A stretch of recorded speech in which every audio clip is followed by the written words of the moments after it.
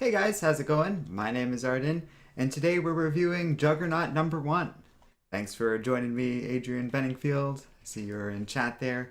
Um, so I picked this book up last week and quite enjoyed it on the whole. This is a new mini-series by Fabian Nicienza, Ron Garney doing the artwork, and Matt Milla doing the coloring. Of course, we need another Matt something in this world, but like the world of comics, I just find it funny that we now have a Matt Milla in addition to a Mark Miller. um, but of course, we're just gonna get all that stuff confused. Anyhow, uh, Fabian is an old time name in the world of comics, I guess we'll say, or just like a big legend at this point. Creator of Deadpool, writer of a ton of other stuff for Marvel, and now this, but is a bit more of a classic writer, I guess we'll say, from like much earlier time in comic book history. Now, I've seen him write since then, so it's not a huge surprise that he's able to kind of put out this pretty updated, fun little piece together that I enjoyed on the whole. But it's still impressive that he's able to stay fresh and feel like a contemporary writer just like any other. It is a testament to his ability because we have other comic book writers out there who aren't like that and have very much kind of aged out of their former talents, I guess we'll say. This book didn't make me feel that way. It felt right in line with the continuity of Juggernaut, but robustly kind of taking its own direction. He's working with damage control at the start of this series, which is pretty fun. And I like the visuals of like his design with bright red coloring, thanks to Milla's work, and Ron Garney making the Juggernaut feel like his usual gigantic, imposing self. So, with all that in mind, I think I definitely would recommend this book. It's the start of a fun series that doesn't ask a lot of the readers. It kind of feels loosely connected to the X-Men, but robustly its own thing, which is in line with Juggernaut's character. And we'll leave it at that, spoiler free, but you should definitely check it out if you're interested. Otherwise, let's get into what the book's about and some spoilery stuff. We open on the Juggernaut tearing down a building on behalf of damage control. He's kind of trying to make, amends and be a better person, which feels in line with the general direction of his character for a long time. Like, he's been on superhero teams before and stuff. He thinks back to him, like Magic, the character, Anubis T800. Hello, thanks for joining us. That's a funny username. He remembers that Magic was possessed and tore the gem out of me, and then, like the Cyttorak gem that empowers him, and then he wound up in limbo. And in no short amount of time, he ends up like unshaven and depowered, just dragging his armor through limbo. And we get flashes of that kind of throughout the book. We cut to the present day of Manhattan, and some kids are throwing rocks at the Juggernaut because they don't want him tearing down these derelict buildings where they've been living. But he knows like these buildings aren't safe or stable. He says he's torn down enough to recognize that, and he wants the kids to come out. At one point, he encounters this barrier that like slows his momentum down, and he figures one of the kids must be a mutant or something like that, and he kind of is like, "Oh, I know the X-Men. I can get you to Krakoa," kind of thing. He realizes, like it's a deceleration field of some kind, and this young woman jumps out and shouts, she's not a mutant, but she wants him to get out, and she hits him with the full force of her abilities. It's kind of interesting. I don't know exactly what her story is, but I get the impression that she's some kind of powered character that isn't a traditional mutant, and probably isn't an Inhuman either. So she's kind of like the Juggernaut. And of course, even though she has this deceleration field, the Juggernaut just keeps going. She's like, "Why won't you stop?" And he's like, "I don't know how." It's a fun moment conveyed across like all three um, aspects of this comic storytelling, or even like all aspects of this comic storytelling, I guess. The writing is obviously setting this up and doing the dialogue, but then the artwork conveys nicely that he's being slowed down and pushing against this barrier through his gritted teeth, little sound effects like a vroom sound across a few panels. And then the coloring shows like these bands of pink energy pushing him back pretty much. It's cool. Like it's a well put together comic on the whole. It really impressed me with its overall quality in doing stuff like this. Eventually, she kind of knocks him flying, and she gets buried in some rubble. He like starts to rush to get her out, and he's like yelling at nearby kids, like "Get off your phones and help me!" And they call 911, and the young woman ends up waiting at the hospital with like Kane Marco waiting by her side. Darth Ty is saying, "Love Marco." This is a good series for him so far in his character because it does stuff like this. Uh, Adrian says, "I like the concept of damage control. I tend to think having an agency to deal with the wreckage of superpowered characters like makes sense. Like, yeah, I like it too. It makes sense. It's cool that Juggernaut's part of this team, and like that's where he's focusing on his um like redemption at the moment. It's weird that they're like focused on demolition now, but even that kind of makes sense. But I can see Marco like and the Juggernaut just being more useful in general beyond that, for uh, like helping them deal with wreckage and unearthing stuff like he does in this book. Um, Anubis is saying, okay, well, at least Marvel gave Juggernaut a purpose for now.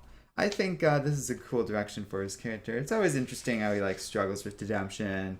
Sometimes he goes back on it or goes in a different direction based on what he believes he needs to do.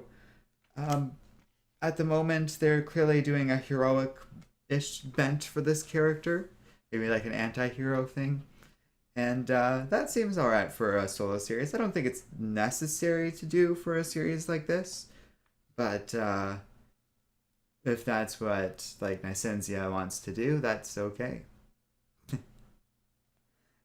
Chat's catching up on each other at the moment, which is cool. So we cut back to Limbo, and Juggernaut gets to these crossroads, and I think the idea is he realizes he has to leave his armor behind to get out, which he does.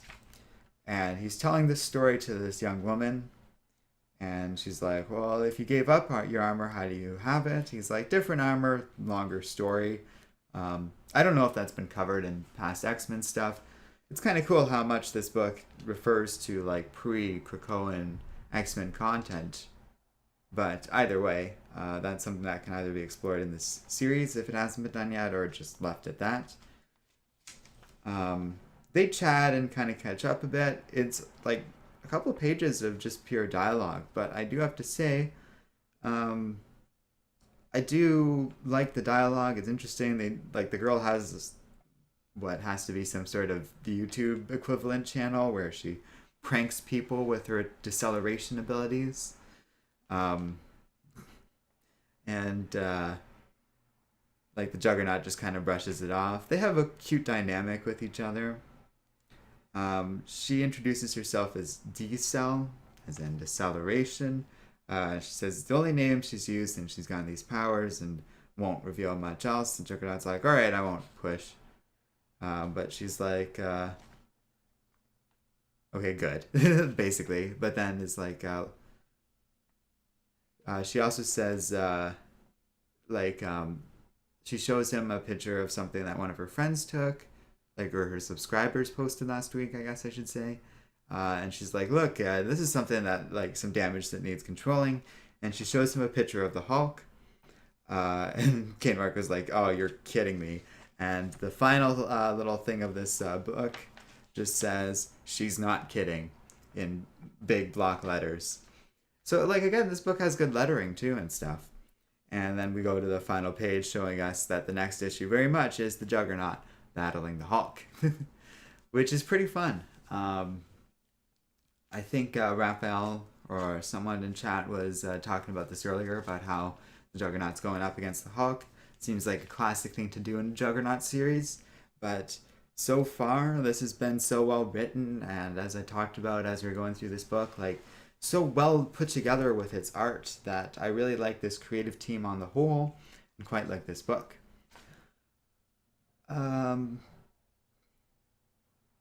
Hey, Anubis is working on some writing. I think that's pretty cool.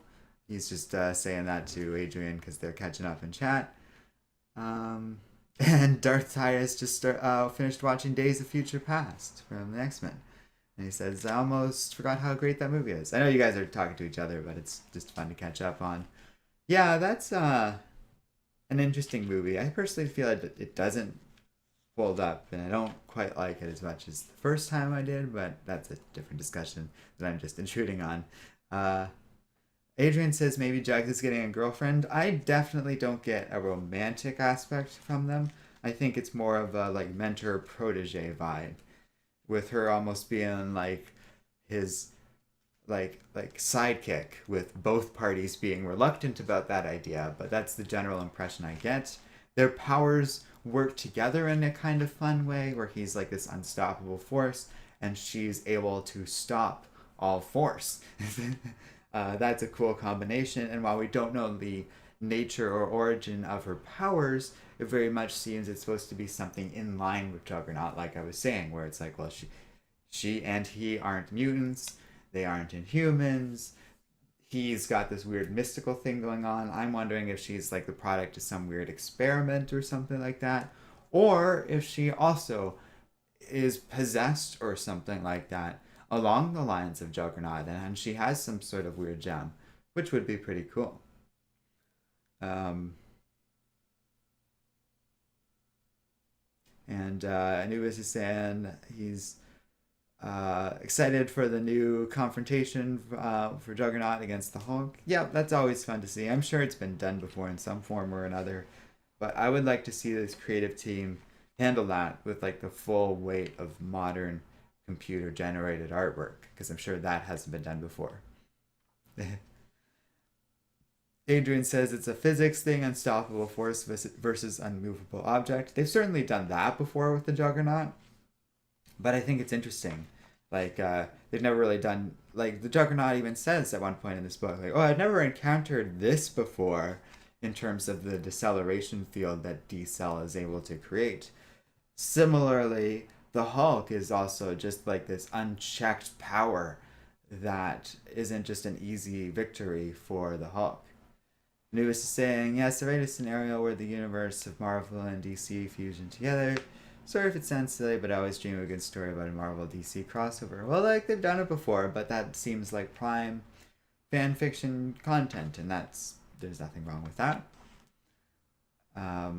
Yeah, Adrian says, Anubis, check out Amalgam Comics. They've done a lot over the years to the extent one could do like a top 10 about it. I've kind of done something like that where we've talked about the ones that rank against like just the best crossover books in general, and if I remember, I'll put a link to that in this video, like at the top things once it gets re-released. Dark Ties is saying Days of Future Past is my... In general, if you're writing for it, you should probably read those books so you know what's been done before, unless you just are writing for fun. Darth Ties is saying Days of Future Past is my second favorite X-Men focused movie, not counting Deadpool or Logan or F4, no need to say. In comparison to the movies we have, it's definitely great to me, but as more movies are made, we'll see. Yeah, I'm not discounting it. It's definitely one of the better X-Men movies out there and one of my favorites or anything like that. I just thought it was interesting that, like, I personally didn't feel that way on repeat viewings, which is just interesting because you did. Dartice is saying Juggernaut versus Lobo. That'd be a fun one, and less obvious than some of the more, like, oh, you throw Juggernaut against, like, Doomsday or something like that. Just DC's equivalent of a big, strong force. Lobo is more fun because he kind of is that, but he's got that whole personality to him. Superman feels like he would still clobber Juggernaut. But a character along those lines might be cool too. I would like to see him go up against like Wonder Woman or something like that. If we're talking about DC crossovers. But this book isn't doing that. This book is right in line with Marvel canon in a pretty fun way. Like that reference to magic and past stuff with Juggernaut shows that they're not just abandoning whatever's come before in terms of this character, which I find pretty cool and will probably shape how he came to join Damage Control. Dark Tides is saying, yeah, I love Lobo. I think it's cool Lobo has like a daughter that's like a DC character now too. Just a fun addition. um, Dark Tides is saying I need to pick this up. Thanks for joining us, Karsten Logan. And yeah. Okay, the last thing I wanted to talk about, and it's a little bit of a downer, but it had to be talked about at some point. This is the first book I picked up, and you can see it right now on the cover right beside me, but it has that little in memoriam banner for Chadwick Boseman, and it's just so sad to see that. I know we're gonna see that in a lot more Marvel books going forward for however long. A lot of the ones I'm picking up shortly are have that banner, but for whatever reason, this is the first one I'm reviewing with that on there. We haven't talked about that much yet, and in part because I really don't have anything to say that hasn't been well said by others already. It's remarkable how that dude, his entire career in the MCU, uh, like not like was during a long struggle with cancer, which is just remarkable. And yes, he's had like a bigger acting career, but beyond that, but the fact that he was able to do all these blockbusters, which are notoriously exhausting and demanding on actors, while undergoing cancer treatment, is like just this amazing thing. And he never let on about that. There's interviews in retrospect where he was kind of hinting at it, which is as close as it is. He died far too young, and it's a true tragedy that we won't get. Like, it feels like we were just getting Black Panther to come to life on the screen and stuff, and now that's in question. But of course, like, it's a far bigger loss beyond that. But it's nice that Marvel is putting out this little memoriam for it. I'm not, they'll have to figure out what they're going to do beyond that. But it is a true shame. I think there's plenty of options no matter what. But it's disappointing, like, altogether. Carson is saying, I think Eddie Brock had cancer. Yes. That like led to a whole thing with him auctioning off the Venom symbiote and basically leading to the modern age of Venom stories, in a sense. Anubis says, ouch, cancer treatment is hard to keep up after. Yeah, like, it's just really remarkable and a true shame. But a lot of people have talked about, like, how there's all the amazing things he did, and Dartius makes an interesting point. I love Chadwick, but no need to put memory of him on the comics. Everyone knows, just my opinion. That's an interesting thought. Certainly, I think it. Like, I get what you're saying in the sense of, like, in this book we have a full page denoted to Joe Sinnott, who is like this big artist in the history of Marvel. He inked Fantastic Four #5, the first issue for Doctor Doom to appear. Journey into Mystery #83, which is the first appearance of Thor, and a bunch of other stuff that like looks amazing. They even show off some of his artwork on this page, and that isn't well known. And consistently, Marvel and DC do put out little things like that, celebrating the lives of people we lose along the way that are less known names in comics. So a little banner for Chadwick Boseman, I think, is appropriate. Here's the thing. I get what you're saying, Dark Ties, but if they didn't do anything, then people would criticize them for not doing anything. So you can't win. I think the fact that they spent more time on the lesser known person is a wonderful thing. And that kind of gets into what Tyus is saying there. I think your point is valid, but like, there you go. I get what you're saying, like, oh, why bum people out about it? But it's like it it makes these books a little bit more even of a little time capsule. And when we look at books in the past and we see memoriam pages and little banners like that, we know a little bit more about history and what was going on at the time. He introduced a whole world of people to Black Panther, so I don't think uh, like his role in Marvel should be downplayed either. Um, I do agree with like some critics who were saying like there was a like we're well past his passing at this point, so I don't mind talking a little bit about his future and what they're gonna do in the MCU like at this time. But there were sites doing it like within 24 hours of his death, including like Bleeding Cool and the like, that were maybe not Bleeding. Oh no, yeah, them and Screen Rant, I believe. Screen Rant was the bigger one, and they were pretty heavily criticized for that.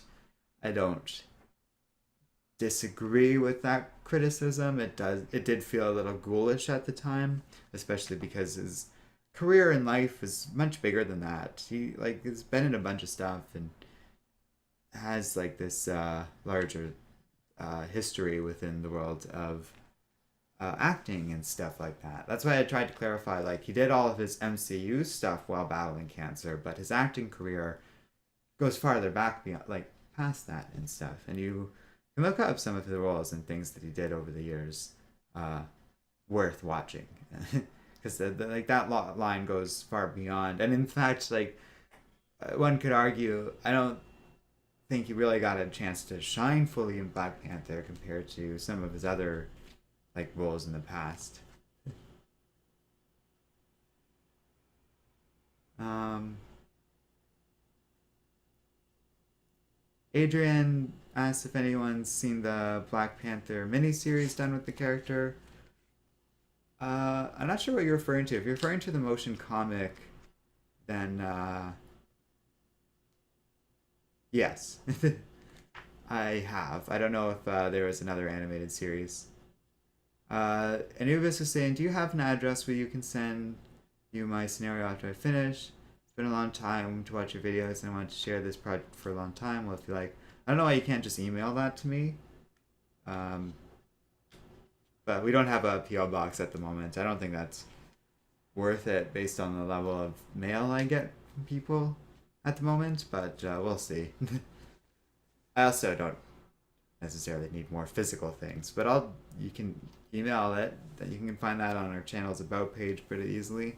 I'm not really reaching out beyond that. Like, Dark Titus says, "You mean the '90s series where Black Panther beat up Cap?" No, this is like a motion comic that came out in the early 2000s, I believe. Uh, but I could be wrong. There could be a more recent animated miniseries I don't know about. Uh, but if you're talking about that motion comic, it's pretty great, and I like that theme a lot that was used for that series. And it's totally worth checking out if you can find it. It's hard to find these days, though. I don't know where you would get it. Kirsten says, "There's been a lot of Marvel characters with cancer, like the first Captain Marvel, Jane Foster, Eddie Brock. It comes up, but I think it's because that disease affects writers, artists, editors along the lines, and it leads to them wanting to talk about it. I think it's a particularly traumatic disease compared to something like heart disease, which tends to be more immediate anyways. Certainly that's affected characters in comics, but cancer feels like a more recurring theme. I think because people battle it and it's prolonged and stuff. Heart disease claims more lives, but that tends to be more sudden and rapid. And there's certainly examples of that along the lines in comic book history of supporting characters and stuff, but it's a more immediate moment and one that tends to have to be taken back over the years.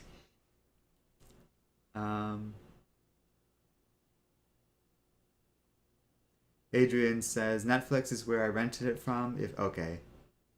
Oh, and Adrian is saying, yes, we are thinking of the same thing because it had Juggernaut in it. I don't even remember that part, but okay. Netflix is where he rented it from.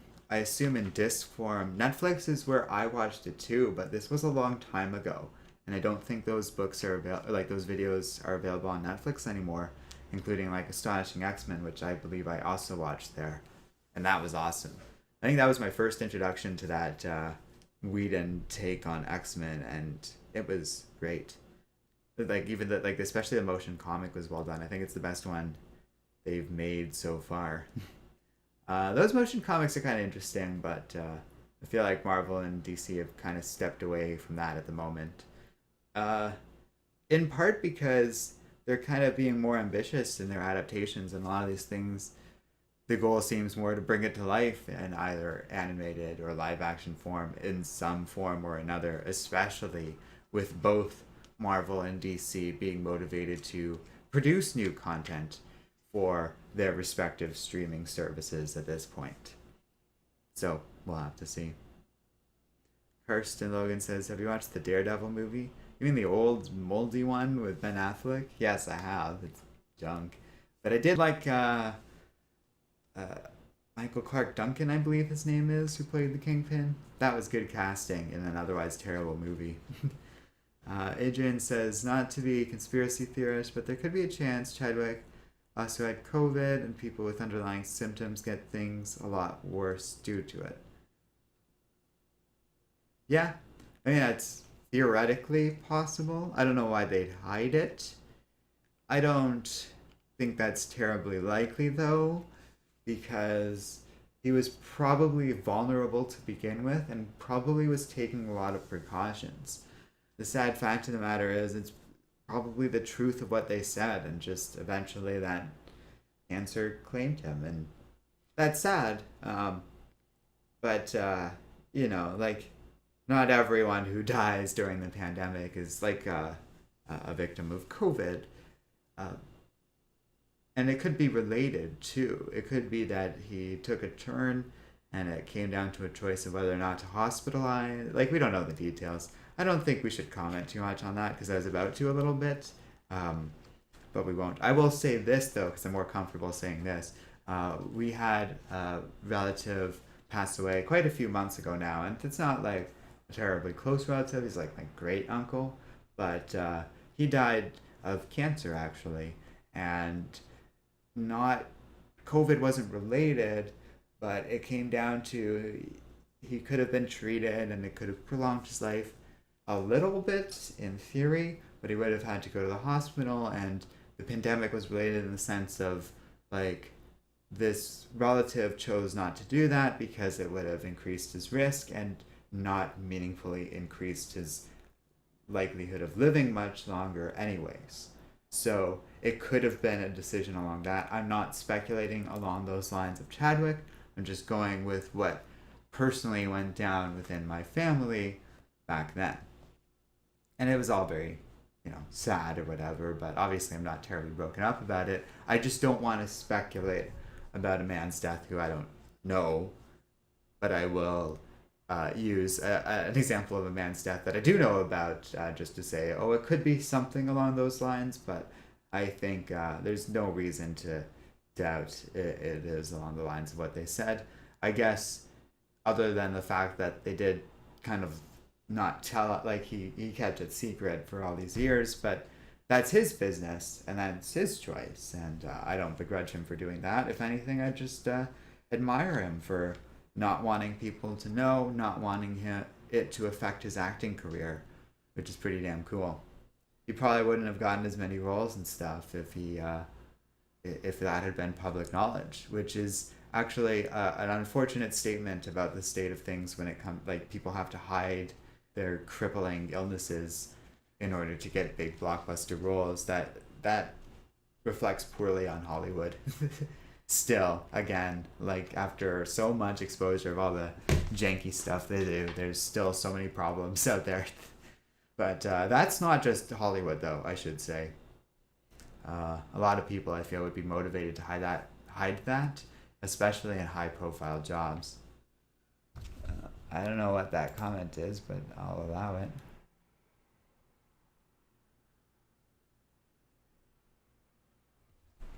Um, Anubis says, where do you think this series of Juggernaut will drive on in the future? I mean, where do you think we will see the future on the series? I think it's just going to be a mini series. I could be wrong, but it'll probably run for like 6 or so issues. Explore this character, let him go up against some threats, get him sort of paired off with this little D-cell girl and as a sort of sidekick thing, but I could be wrong. I don't believe this series is meant to have like a long-term legs or anything like that. But I could be wrong. It strikes me as sort of this will be fun as a sort of limited run. A writer like Fabian Nysinsia, I just don't see being committed to like writing this thing for 100 issues. Yeah, I think it'll just be a sort of a limited, enjoyable, but run.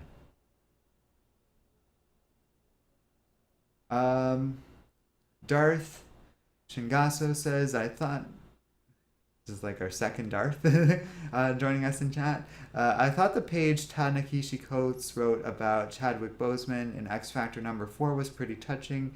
You're covering X of Swords, right? Yes, and I am picking up that particular book today, actually. So I'm looking forward to reading that. Coates is a phenomenal writer. I'm glad Marvel reached out to him in order to write something along those lines. I'm actually enjoying one of Ta-Nehisi Coates' books right now, Between the World and Me, which is not comic book related, but very good and interesting and heartbreaking, even though it's not surprising. And it's interesting to read a book where you kind of know all the information it's going over, but the emotions of it are sincere, and the way it's written just hits home at times. There's still passages from it that I've been thinking about in the days since I've read it. So, Adrian Benningfield says, I hope they keep COVID-19 out of comics. Granted, they get worse things like Marvel Zombies and Deceased. You know, I've thought about that, and that's a pretty good point, just about how coronavirus will be treated in fiction in general. I think it can be useful in the context, like they've made movies like Host that are kind of revolving around like a Zoom call, and maybe doing certain episodes of TV about the coronavirus can be good. I feel as though comics are so removed from day-to-day reality, and superheroes in particular are very like technology oriented, even if not all of them are. Like both, so in the world of Marvel, you have forces like Krakoa, the Baxter Building, Iron Man, that I feel would have been able to stop COVID faster if they have their fantastical, like, amazing plant abilities, and they're able to synthesize vaccines against stuff like the Amazovirus, which is obviously a DC thing, but it goes for both franchises. Then I feel like they should be able to handle something like COVID relatively better. I also just think these books are meant to be a bit of a fantasy and an escape from that sort of thing. And anything that deals with the coronavirus, like in terms of these superhero comics, in a couple of years is going to feel real dated. So I don't think it's terribly necessary. I like how DC will put in little ads being like reminding people to do social distancing. I think that sort of thing is good. And then when you read these books without the book itself feeling dated, it'll be like that little snapshot thing I was talking about that reminds us, oh, that's what was going on in the world around this. I also think it's fine to inspire stories if some writer really feels like they want to deal with a pandemic in the context of a story. But I can't speak for other people. I really don't need to deal with that sort of thing in fiction too much right now, because we got so much of that in the real world. And I like my fiction to be more, but personally, I am going to have a low motivation to be like engaging in that material myself anytime soon, because we just lived through that. Anubis is saying, I don't know about X of Swords. Is this the series where Apocalypse... It's the series where Apocalypse is like the new Professor X? Question, question, question. I find this strange. I can be wrong because it's vague in my memory, but I just don't like. I would say Apocalypse is definitely a main character of, I guess it's Ten of Swords, as someone was saying in the comments the other day, which is always easy to discern, Hickman. But I would say he's a protagonist, but he's definitely not like Professor Xavier or anything like that. Xavier's still around and very much kind of filling his usual role, just to a larger level in the world of Krakoa. I like Ten of Swords so far. I'll just leave it at that. We did a whole review of it start so far. Thanks for joining us in chat, Karsten. Good to see you as always. Adrian was saying Image does have similar topics to COVID and other serious companies. Yeah, they have done stuff like that before anyways, and that sort of content exists, and there already is movies along those lines, like Contagion and that sort of thing. Darth Tyus is saying, I like how in this issue Kane Marco is seen as the good person in a sense, not just the wrecking ball. It's an interesting angle. I think it works, especially for the angle and tone that Nysins is going for. I do like how he's kind of like very casually like trying to help this girl and be like, oh, I can get you to the X-Men. Like, he's not an X-Man. He's never really been a mutant anyways, but he's cooperative and he wants to be on the side of the heroes at the moment, and it's a cool place for his character to be going into this series. It's not anything terribly new for the Juggernaut. Like I said, he's been on hero teams before and stuff, but it feels like the right direction for his character at this point in time. Agent is saying, my local comic book store set aside a conspiracy theory type comic. I'm thinking of passing on it. I am tired of them.